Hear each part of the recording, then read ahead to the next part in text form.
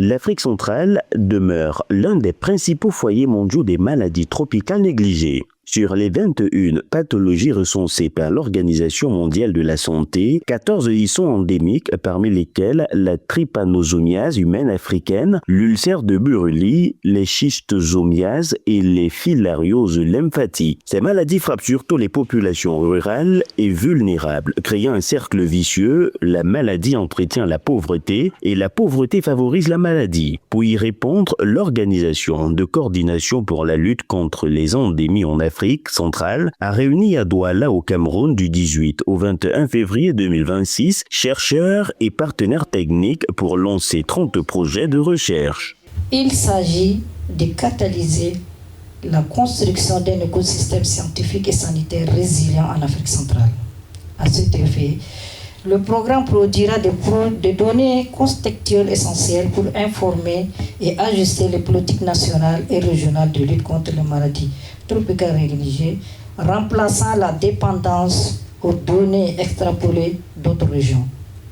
Sur le continent, environ 400 millions de personnes sont touchées par les maladies tropicales négligées et les conséquences économiques sont lourdes. Au niveau des ménages, elles entraînent baisse de productivité, défense de santé catastrophique et qualité de vie réduite.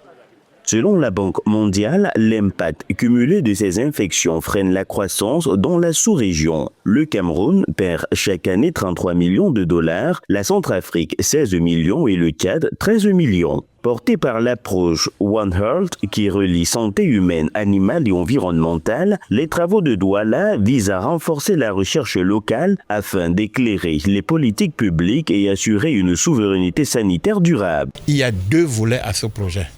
Un volet pour la lutte contre la maladie directement, mais surtout un volet pour la recherche. Parce qu'il faut que l'Afrique se donne ses propres moyens pour avoir ces scientifiques qui comprennent avec leur culture ce que c'est que cette maladie. Ce n'est pas simplement un problème de médicaments, ce n'est pas simplement un problème d'hôpital, c'est un problème global de vie. Si vous parcourez les projets qui sont retenus, vous allez vous rendre compte qu'il y a la médecine, il y a les médicaments, mais il y a aussi les sciences sociales, il y a l'économie, il y a les mathématiques. Tous ces domaines-là sont faits pour lutter contre les maladies tropicales négligées.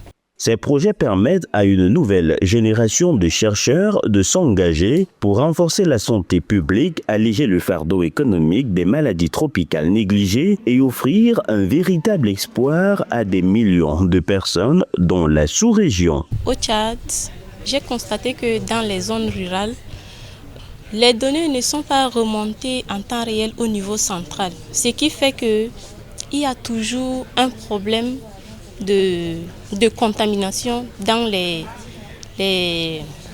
zones rurales. Cette subvention nous permet d'être connectés avec tous les pays donc de la sous-région Afrique centrale. Donc, Dieu merci, lors de cette subvention, j'ai vu qu'il y a des gens qui ont le même, on va dire, presque les mêmes thématiques que moi. Donc ça me permet également de travailler avec, par exemple, des confrères du Tchad ou du Cameroun et créer un réseau qui nous permettra peut-être, on va dire, dans 10 ans ou 20 ans, d'être les acteurs majeurs de la lutte contre donc ces MTN pour notre sous-région. Créée en 1963 comme agence spécialisée de la Communauté économique et monétaire de l'Afrique centrale, l'OCEAC déploie ce programme grâce à un financement de 18 millions d'euros de la KfW allemande.